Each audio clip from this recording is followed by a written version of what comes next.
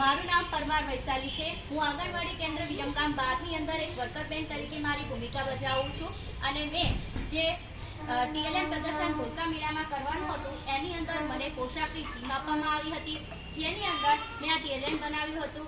આ એક પોશાકનું બોક્સ છે, જેમ આપણો કબાટ હોય ને પ્રાઇવેટ આપણી તિજોરી હોય એમ બાળકો માટે મેં આ એક બોક્સ બનાવ્યું છે, જેની અંદર એના અલગ અલગ જાતના કપડાં એ લોકો જોઈ શકે છે। પણ શરૂઆત કેવી રીતે કરીએ?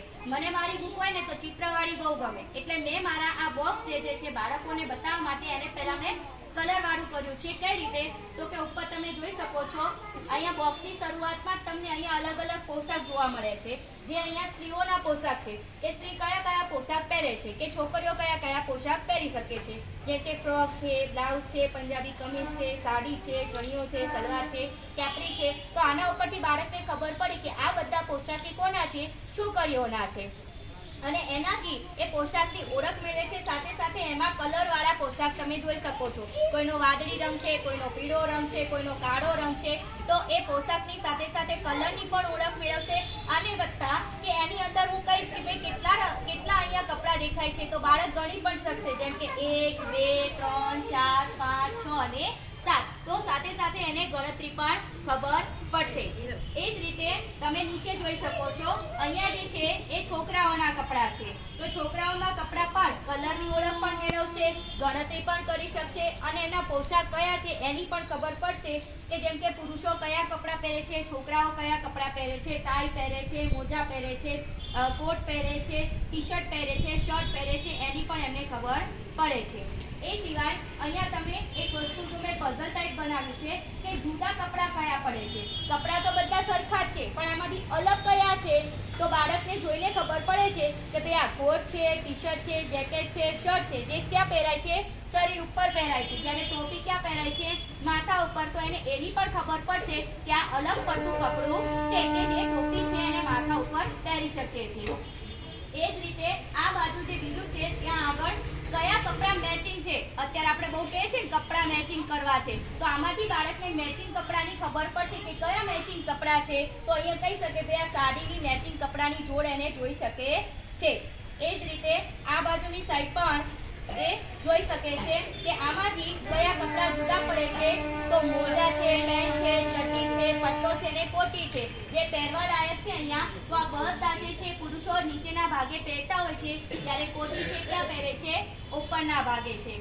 રહી વાત અંદરની, તો હવે અંદર પણ એ જ રીતનું છે, કપડા આપેલા છે જે આપણે રોજ બરોજ છોકરા અને છોકરીઓ પહેરતા હોઈએ છીએ। પહેલા તો કપડા આપણે કોણ પહેરે છે એ પૂછી શકીએ છીએ, જેમ કે આ કપડા કોણ પહેરે છે, તો છોકરી પહેરે છે। કયા કપડા છે, તો ઉપર જે છે ટોપ છે, નીચે છે સ્કર્ટ છે। એ રીતે આ છે ટોપી, ક્યાં પહેરાય છે, માથે। પછી આ છે ઉપરનું આપણે જે ટોપ પહેરી છે, કોણ પહેરે છે, તો છોકરીઓ। વળી પાછું આ છે ટાઈ, કોણ લગાવે છે, પુરુષો, ગળાના ભાગે। આ છે ટોપી અને ગંજી, ટોપી ક્યાં પહેરાય, ઉપર, ગંજી ક્યાં પહેરે, ઉપરના ભાગે ગંજી પહેરી શકીએ છીએ। પછી આ છે ફ્રોક, કોણ પહેરે છે, છોકરીઓ। આ છે શર્ટ અને પેન્ટ, કોણ પહેરે છે, તો છોકરાઓ પહેરે છે। આની અંદર બીજી એક વસ્તુ છે, ગણતરી પણ કરી શકે છે, જેમ કે બટન ક્યાં લગાવેલા છે, તો કે શર્ટમાં કેટલા છે, તો 1 2 3 4 ને 5 શર્ટના બટન છે એ પણ ગણી શકે છે। પછી આ છે ફ્રોક, એમાં પણ ગણતરી અને કલર થઈ શકે છે। પછી આ છે અલગ અલગ પ્રકારના કપડાં, ટી શર્ટ, ચડ્ડી, ટોપી, મોજા, એ બધા જે અહીંયા છોકરાઓના કપડાં છે। તો આ છે કપડાં। હવે એ સિવાય આ બોક્સમાં શું છે, તો એ સિવાય મેં બનાવી છે અલગ અલગ સ્ટીકો। અહીંયા અલગ અલગ સ્ટીકો બનાવી છે।